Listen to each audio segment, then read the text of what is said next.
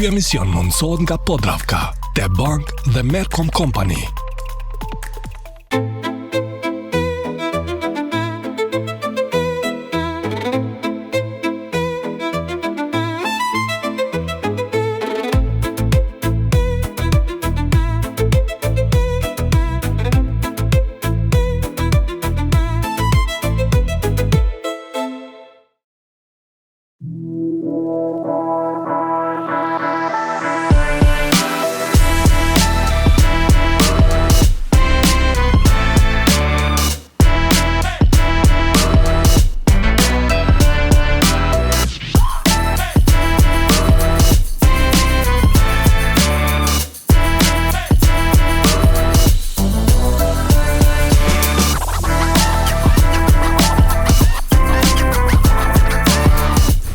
Dashur, këtë epizod të emisionit Peshku Juar, po e hapim direkt përballë kazinos së Monte Carlos. Do të jetë një emision shumë i bukur, me shumë intervista të veçanta, ku do vizitojmë edhe Monakon, Monte Carlon dhe disa vende të tjera të cilët mezi pres t'ju zbuloj. Kështu që qëndrojmë ne deri në fund të emisionit për të zbuluar më shumë.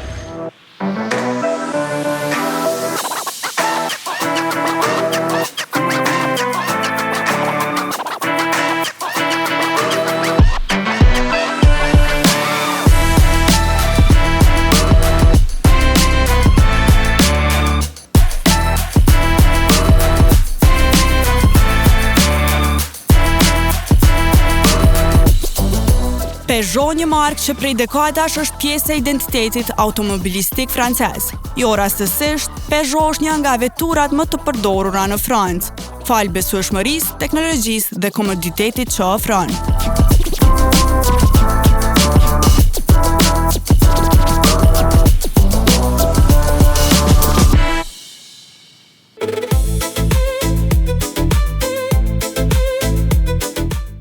Udhëtimet janë investimi im i preferuar.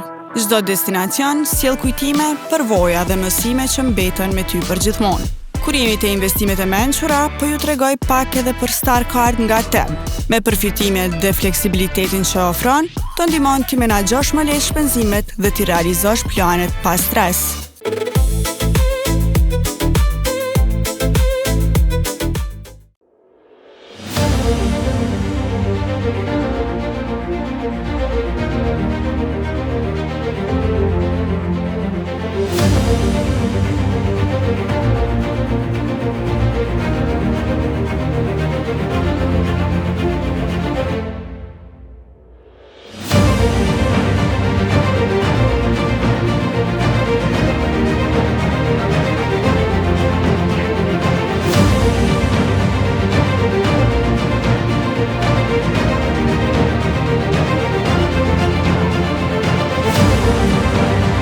Shikues të dashur, sot jemi në fshatin e Ze, një ndër fshatrat më të bukurat të jugut të Francës, i cili është tërësisht në një kodër, por gjithashtu ka një pamje të mrekullueshme të detit mes dhe. Gjithashtu, ky vend është aq i bukur sa që ka ngushtica shumë të ngushta, të cilat janë të punuara me gur, ndërtesa historike, por është edhe një atmosferë mesjetare, ku i tërheq të gjithë vizitorët, turistët nga gjithë bota të vinë këtu ta vizitojnë këtë vend. Pra po flas nga gjithë bota. Këtu sapo e shoh ka shumë turist. Jemi edhe ne dhe po ju sillim pamje të mrekullueshme nga ky vend. Pra pamje panoramike të cilat mund t'i ndiqni edhe ju në vazhdimsi të këtij emisioni.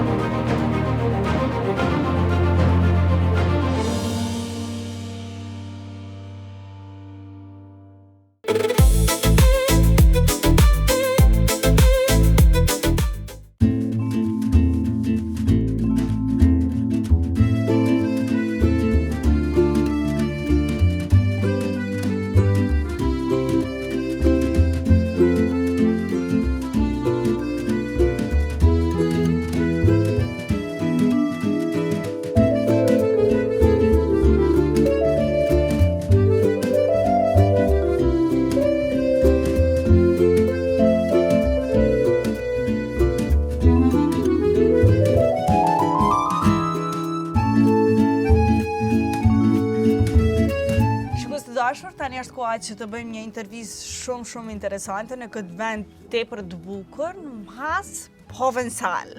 Did I say it right? Mas Provençal, that's well, yeah, that's okay, yeah. Jemi këtu bashkë me Hans, i cili do na tregoj më shumë rreth këtij restoranti. Është një restorant me të vërtetë i mrekullueshëm, shumë i veçantë, sepse është i gjithë me lule natyrale dhe me pemë natyrale. Heinz, can you tell us, Monsignor Hans? Where the idea comes from. Yes. You know, I live in Monte Carlo since 65 years. Okay. I work in a very big hotel, and one day a princess, she comes, and she said to me, I was the first maître d', I was the maître d', that's Yes. all. And she said to me, I would like to make my anniversary party in your place. She means the hotel, you know? Yes. It's a very big Beach Plaza, Meridian Beach Plaza hotel, very big Okay. hotel. And she told me, the money she don't care, she wanted lots of plants and flowers. I never touched a flower before. I never make decoration, you know? So you haven't had an idea And, about yeah, no, and flowers then she told me I had 2 months time to prepare. for his birthday to prepare Yes. it, you know. I didn't sleep anymore. I think well, she's expecting probably something very special. And I find something special, really. You know, and then she was coming at least for 12, 14 years every year for his birthday party. Yes. And each year you have to be a little bit better than the year before.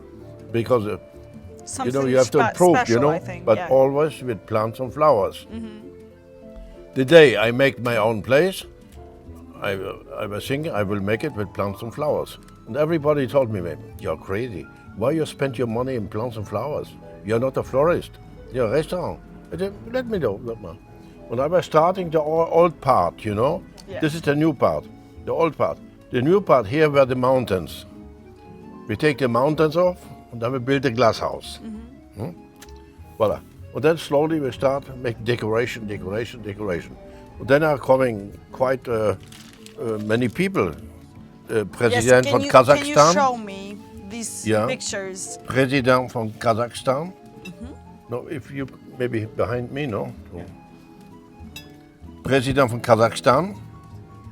You know. Then here, George Bush. And how do you feel to have these famous people here? You know, I you think know, you're used to it now. the history with George Bush. In the morning, it was in August, there were many reservations, you know. And in the morning, the Hotel de Paris from Monte Carlo, they call me, the concierge, I know them all, you know. They say, Heinz, we need a very important table tonight for 12 people, very, very important. I say, okay, I will try it. But half an hour later, call again, they need this, okay. 1 hour later, they need this. Then later, the whole day like this. They need this and they always need that, asking for yeah, something, you know. yeah. And on the end, I ask him, who's the person who's coming? He said, I can't say it. It's not allowed. And I have But to you know, say it. how It's the many- most beautiful place I've ever seen Yeah. in my life. Yes. Many people say that. I'm Many. honest. Many So, people what say were that. the comments of these famous people these important people that Even, was voilà, here? voilà, even the very important people who travel a lot all over the world, he was very impressed. Yes. Very of course, impressed. Of course. Very impressed. This is a Parmesan cheese, 95 kilo. Okay. They make it specially for us in Italy. Normally, the right size is 38 kilo. And this is special, 95 kilo. They make it for us. The price is 3,000 euro. Only for you, I think. Only for nous. Yeah. The price is 3,000 euro. We make a small hole in here, and every night we serve the risotto in there. The hot rice is melted the cheese, you know? I think it's a different taste. Yeah. And, you know, this trolley, I dream it. And every detail was in my dream. I was dreaming so strongly, I wake up. 3 o'clock in the morning, I wake up, I take a piece of paper, I draw it. Oh, yeah. Next day I was starting with the washman. 4 days after I was done. You know, normally it's like this, you know? But I built this especially on this. for this, yes. And then I go on the table And you prepare it yourself. I will show you. You know? Maybe here. James Bond, he was sitting here. Okay. You know? And I make like this.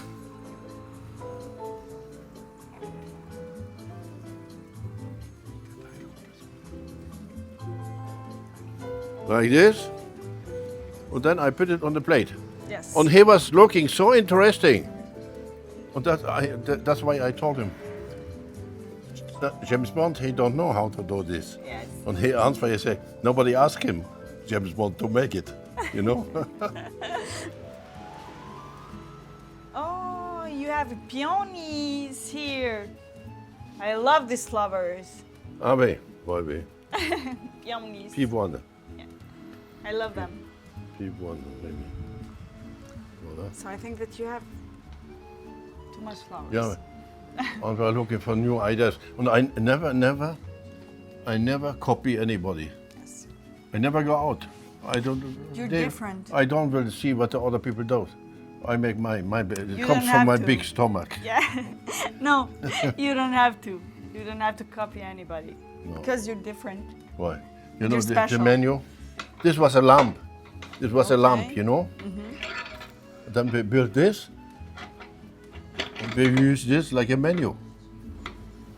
It's very great. That's And Russian, do you have know? it? Okay. Francais. Francais and Russian. Russian and English. English, Yes. okay. Voilà. You have to put it in Albanian. Ah oui. No, people told me, yeah, they say I have to go to Qatar, I have to go to London, to Moscow, but I can't. I'm too old now. I'm tired. But you made But such a great work. Voilà. Thank you so much.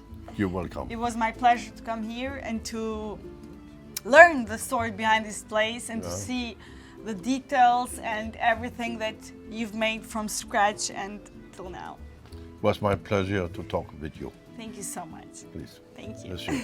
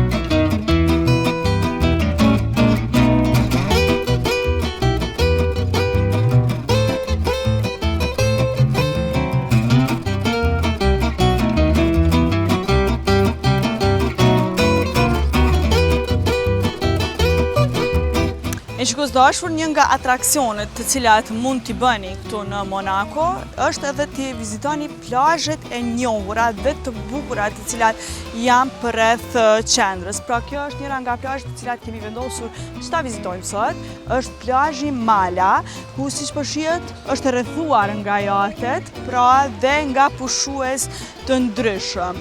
Po besoj që tashmë e dini që Monaco është një vend super luksoz, po ashtu po duken edhe plazhet përreth tij. Mund t'i shihni edhe pamjet përmes këtij emisioni, kështu që vazhdoni shijani edhe ju.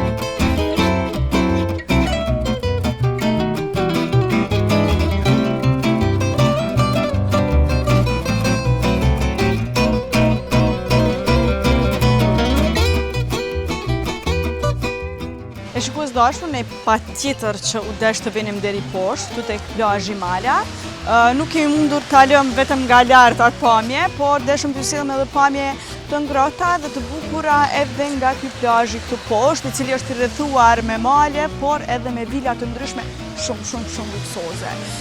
E siç po e shihni, edhe uji pra është i pastër, është ujë kristal, ku të gjithë këtu turistë dhe vendas po e shijojnë shumë edhe këtë kohë kaq të mirë që e kemi këtu.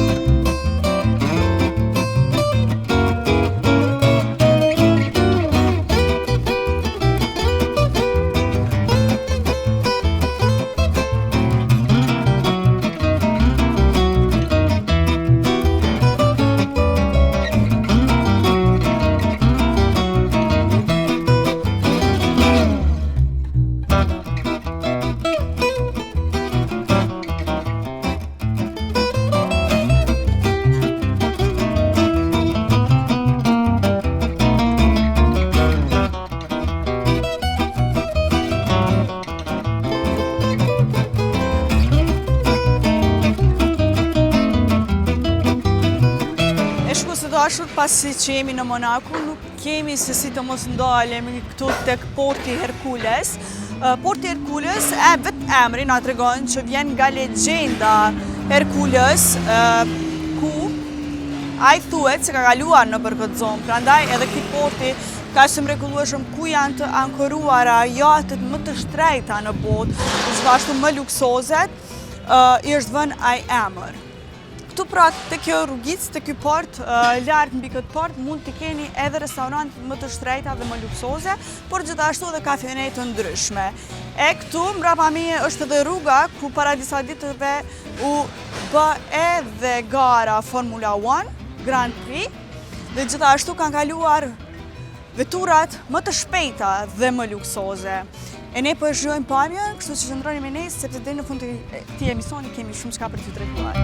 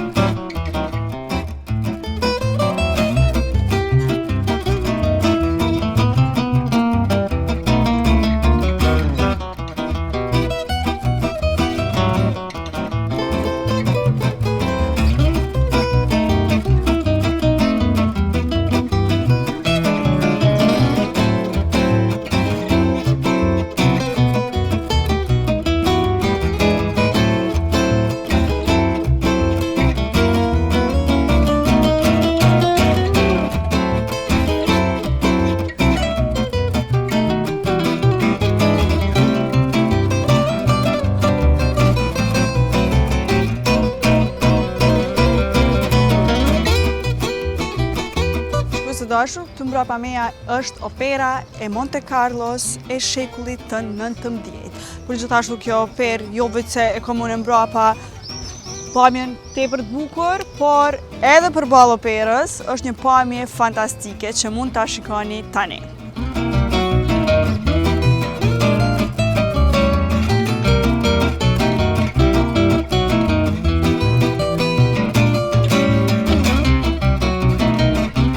Edhe sot, si çdo herë tjetër në Peshku Jar, do të kemi receta të përgatitura për ju.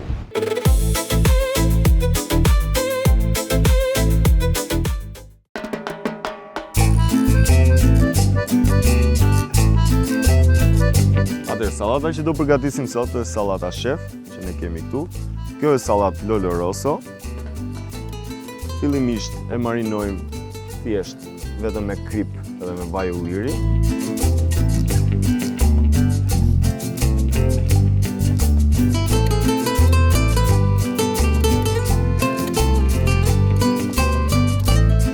Ndohemi që edhe sallatën mos ta shqipim fort që mos vritet.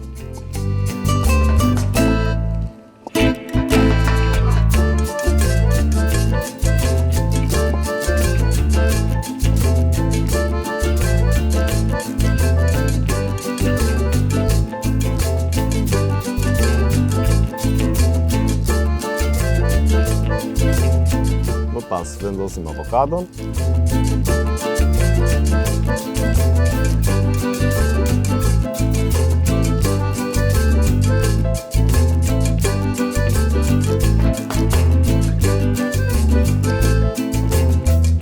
Vazhdojmë me pomodorimin.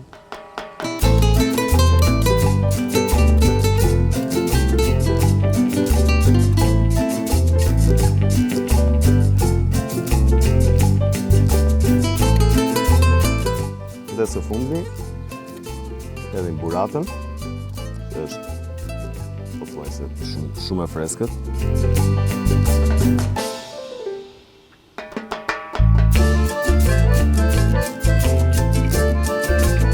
Dhe mbylljen e bëjmë me pesto borziloku.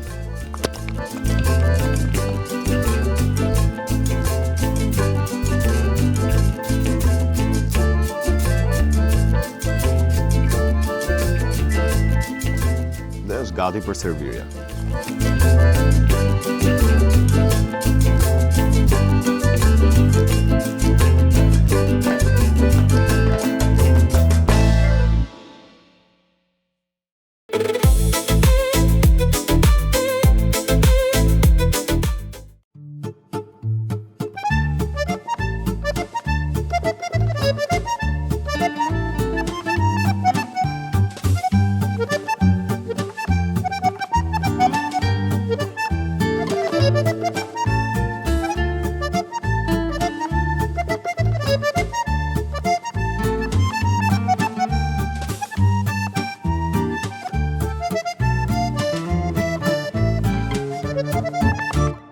Shikues të dashur, sot nuk është një intervistë do si do, nuk jemi në studio, sot jemi në një jaht. Jemi në mes të detit, pra pranë jahteve të tjera, dhe do e bëjmë një intervistë bashkë me Silvia Dedja, e cila na ka prit këtu, faleminderit shumë, dhe mirë se të gjetëm.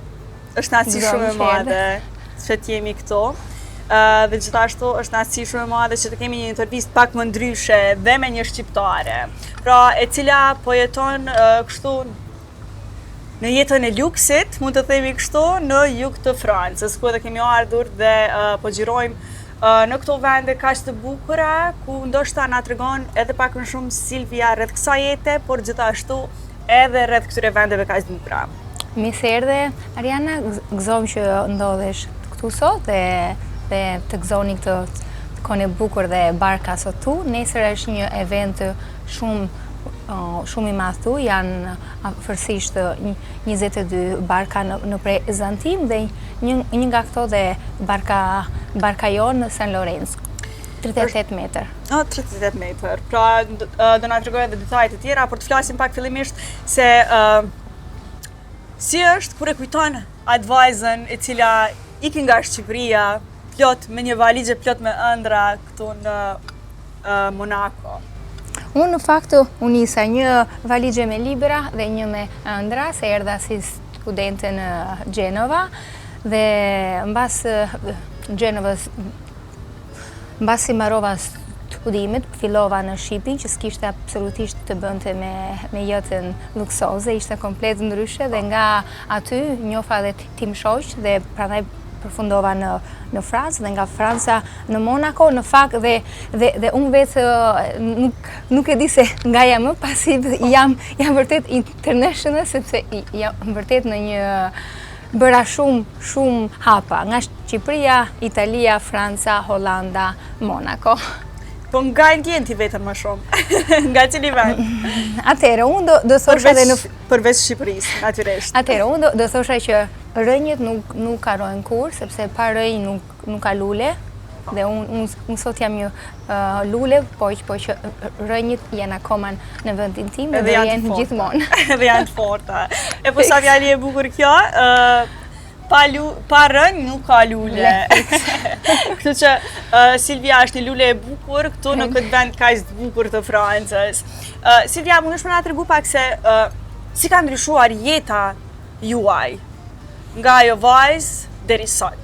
Jeta është një udhëtim në avion që si fillimisht e fillojmë në economy class, në business class dhe në first class. Unë erdha, domethënë kur je në një moshë të re, je thjesht një studente që ke ato ambicie dhe ëndra dhe ndoshta mendon gjithmonë ku do shkojmë, ku do jem dhe ndërkohë që jeta ndryshon dhe unë pasaj kam qenë gjithmonë person ambicioz. Ambicia ime më ka sjell këtu ku jam sot, po dhe dëgjoj shumë persona që jam dhe pasaj e kam rrethuar veten gjithmonë me njerëz që mendoj gjithmonë që janë më të mirë se mua, kanë më shumë se mua, ditë më shumë se mua, janë më të mirë se mua, sepse është e vetmja mënyrë për të rritur.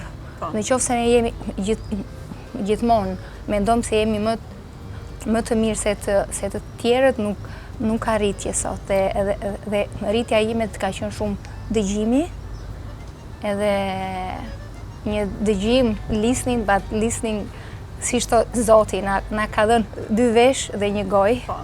Po. Silvia, pa ka pas ndonjë moment kur dështa ki mendua dhe dorëzohesh këtë që e bën? Dorëzimi jo, sepse unë jam gjithmonë pozitive dhe do thosha që dorëzimi nuk është për mua, edhe jam shumë pozitive, kam qenë gjithmonë dhe dorëzimi sot në jetë në fakt jo. Nuk ekziston. Jo, nuk është sepse... Doshta që ke punuar kaq shumë që të arrish edhe këtu ku je, tashmë sukseset veç se të ndjekin dhe nuk ke menduar kur ta bësh atë punë. Jo, në fakt kjo punë në fakt do një fleksibilitet, disiplinë dhe një prezencë shumë të fortë dhe pa orare, sidomos gjatë verës kur barkat përdoren dhe personat në bark kanë nevojë shumë gjatë Grand Prix që kaluam javën e shkuar, unë isha nga ora 6 dhe në orë 1 të natës 2 zgjuar pasi ishin kërkesat nga më të çmendurat, last minute, club, restaurant.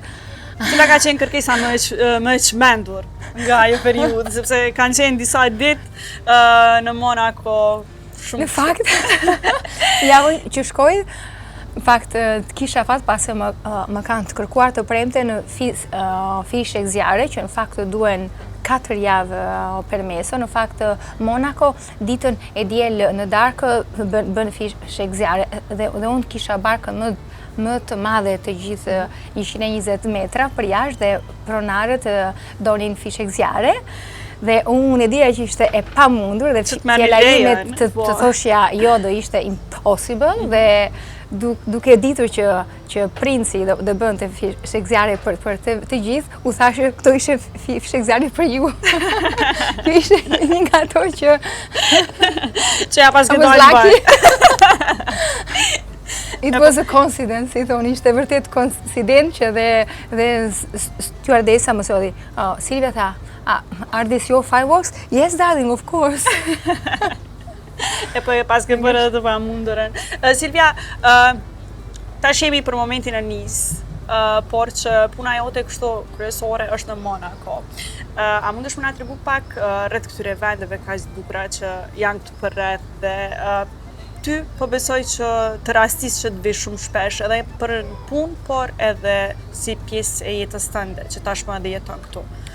Në fakt, të gjitha Monaco është një vilazhe, themi ne se është vërtet shumë e vogël dhe nga pjesa si përfaqësore, ndërtesat janë shumë afër, por ka një impakt ekonomik që ka të paktën 80% e personave që punojnë në Monaco vinë të gjithë nga qarket përreth Monaco, nga Menton, Cap Martin, Jacques Ferrat, Bëlies-sur-Mer, Nice, janë të gjitha vendet që mbushin në Monaco me punë dhe pa vendet përreth nuk do jetonte, besoj, sepse kemi vërtet nevojë për njerëzit jashtë saj. Atëherë Monaco është dhe një vend që dy bizneset janë më primare, real estate edhe yachting. Këto janë dy më kryesore, që do thosha 50-50. Po si është të jesh një shqiptare në botën e yachtingut? Atëherë, yachti në fakt është një botë që do thosha këto 10 vit të fundit, ka shumë figure femrës shtohet akoma më shumë dhe punoj me shumë të kolegë dhe njoha kanë çfarë do lloj nacionaliteti, pasi është një vend që ka 158 shtete në çdo sektor dhe joti është një botë që është shumë fluturiste, është një botë që nuk ka një buxhet dhe buxheti është ajo pjesa që i trem shumë për njerëzit pasi çmimet janë vërtet maramendse. Çfarë ka qenë transaksioni kështu më i çmendur? Në fakt ne nuk flasim për numra, po flasim më shumë ose ndoshta personi që ke qenë më pranë ti dhe i ke ndihmuar. Klientët tanë vërtet internacional, europian, from north, nga pjesa amerikan, sud-amerikan po ashtu. Po si është të punosh me këta njerëz, kaq të pasur? Janë njerëz që janë shumë demanding, exigent dhe është shumë vështirë kur bëhet fjalë të paktën për pjesën e buxhetit apo të shërbimeve dhe në fakt departamenti që unë merrem më shumë janë shërbimet dhe ato janë shërbime që shkojnë direkt tek pronarët dhe do thosha që janë thjesht njerëz normal, por janë shumë exigent dhe janë persona që janë shumë të rezervuar. Cila është gjëja më e çmuar që ke mësuar nga njerëzit e pasur ose nga ata njerëzit më të fuqishëm që i ke takuar? Ti je humble, që në shqip do thosha është përulje. Po. I përullur, sepse kjo është një nga fjalët që mua më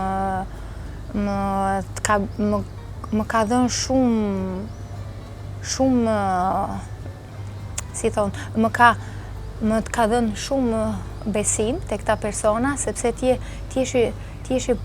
përullur sot është diçka që është një virty që jo të gjithë personat e bëjnë dhe të pranosh dhe aty ku janë gabimet apo gjërat kur në shkojnë mirë dhe mëson të kurajon, sepse janë njerëz që kanë shumë të kurajo, kanë shumë guxim to dare, të gjithmonë që të bëjnë, sepse sot nuk ka qartësi, po nuk provove, po nuk gabove, nuk fiton gjë, po që përullësia dhe shumë guximi dhe trust, besimi janë tre virtyte që të hapin shumë dyer. Unë sa u kënaqa me këtë intervistë, sa që tash dua të ndërlidhem edhe pak me Shqipërinë, me Silvian, përderisa jemi duke pirë nga një kafe. Silvia, po si e sheh potencialin e Shqipërisë në turizmin elitar, më me thujt kështu, dhe në botën e yachtingut? Në fakt, vendi im ka një det shumë të bukur, që e kanë zili shumë shtete, dhe normalisht mungojnë marina që janë në zhvillim, projektet janë shumë të bukura, janë shumë moderne dhe besoj që jemi shumë afër. Barkat vinë çdo vit e më shumë, të paktën të mijat, gjithmonë vinë dhe për pushime, duke nisur nga pjesë e Sarandës, Vlorës, janë vendet më të gjetur, po, edhe janë, do thosha që ne jemi drejt atij zhvillimi dhe besoj se me 5 vjet deri në 10 do kemi një marinë të paktën më të zhvilluar. Po. Po, ku e sheh Silvia vetëm pas 10 viteve? Pasi që na the pak për Shqipërinë, po për veten. Atëherë, është pyetje pak e çuditshme, pasi në fakt para 10 vjetëve po të ma bëje nuk do thoshja do ta shija veten në Monako, kështu që nuk e kam një farë ide, po nuk dua ta ndaj komplet. Besoj që do kemi rastin që takohemi përsëri. Patjetër. Po që besoj se mund do kemi mundësinë përsëri. Ëndra ime është të paktën të jem prezenca ime fizike dhe prezenca profesionale të jetë në vendet brevetare të vendit tim. Të vendit tënd. E po sa e prezenca mirë fizike. Se jo. E po sa e mirë kjo.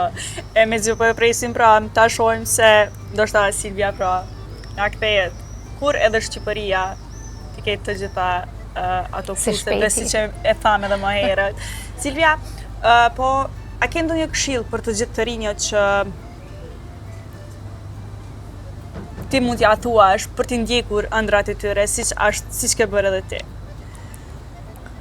Siç e thash që parë, do thoj, siç e thash që parë, dëgjimi i personave që kanë më shumë dije se ne, dhe kjo është një nga të këshillat e para, të jem kurioz, sepse kurioziteti është një nga ato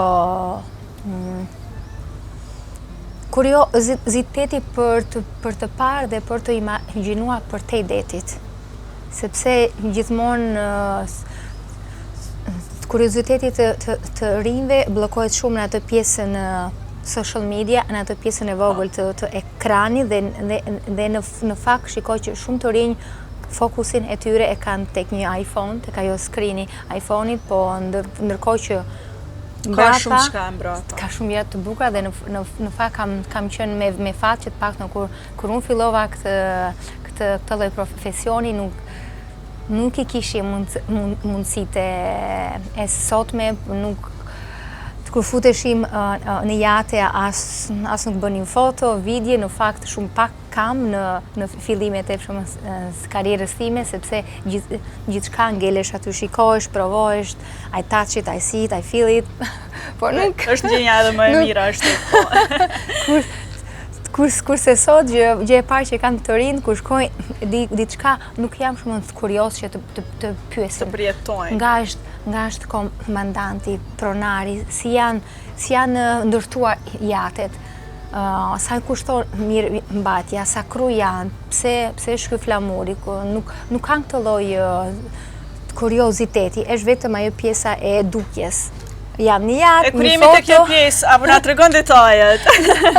Jemi këtu, por shkojmë dhe lartë nëse mundemi. Patjetër. Nëse na dërgon, edhe me na tregu detajet. Patjetër. Me shumë qejf.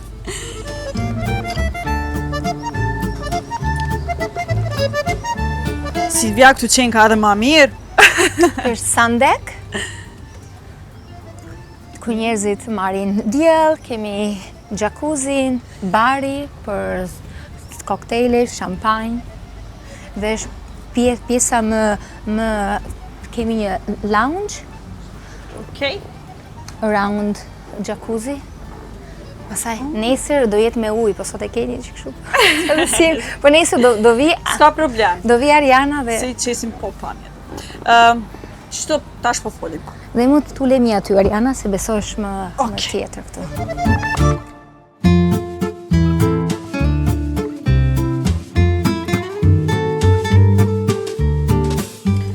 Silvia, po na trego pak më detajisht, çfarë nuk duhet të mungoj asnjëherë kështu në jahtë. Na trego pak detaje për gjithë shikuesit e emisionit. Gjithçka mund të mungoj, por shampanja jo. Shampanja jo asnjëherë. E mirë kjo. Është një nga ato që heq të komplet stresin, pasi jahtet janë një mënyrë jetesi, janë një vilë lundruese dhe është pjesa që njerëzit vinë për pushime. Kështu që nëse mungon një lamp apo një pirun apo një lug, nuk e vëre njëri apo një lule më pak, por shampanja ndihet. Po na trego pak për këtë. Kjo është një San Lorenzo, 38 metra, 7 të kru dhe mban brenda 10 deri në 12 persona. Është në përshitje, 12 milion. Okej. Për të gjithë ju të interesuarit që dëshironi të vini pra këtë jaht super luksoz, atëherë mund të kontaktoni Silvian ose edhe mu. Unë kontaktoj me Silvian. Është një brak që jepet dhe me qera. Këtë vit kemi bërë një skonto shumë interesante, 130.000 euro java plus të vëshërë dhe plus benzine. Veç java? Veç java. Okej, 130.000 euro veç java, me qera. Por gjithashtu, po besoj që ka edhe të tjera jahta, më të mdhenjë, më luksoz, apo jo? Kjo është një nga jahtet që janë, ne themi middle, se është një size që ankorohet në port kudo. Pastaj dhe me masat që jemi marrë me jahten këtë vit, me madhja ka qenë 120 metër, dhe ishte për Grand Prix.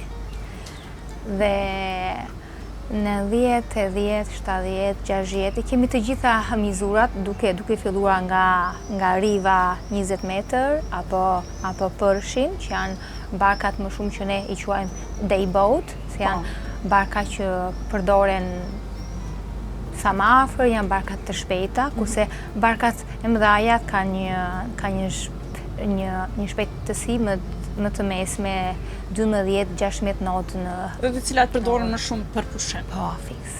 Silvia, faleminderit shumë që na prite kaq mirë. Na prite këtu. Është shumë kënaqësi e madhe që bëm këtë intervistë bashkë me ty.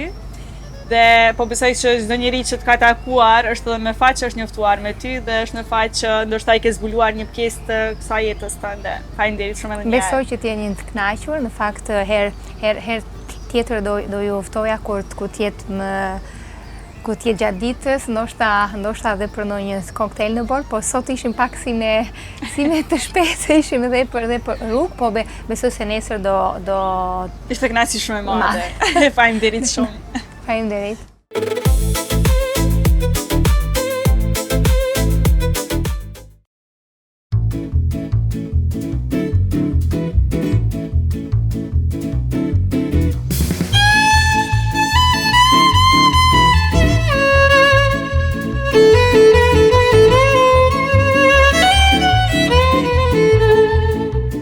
Shikues të dashur të emisionit Peshku i Art, kjo ishte krejt çka kemi përgatitur për ju nga Eze Monaco Monte Carlo. E unë do t'ju uroj që të shihemi përsëri javën e ardhshme nga po njëjta orë dhe dua të falenderoj shumë sponsorët tanë të këtij emisioni Peshku i Art, Podravka, Tep dhe Peugeot. E ne shihemi përsëri nga java e ardhshme në po të njëjtën kohë. Mirupafshim.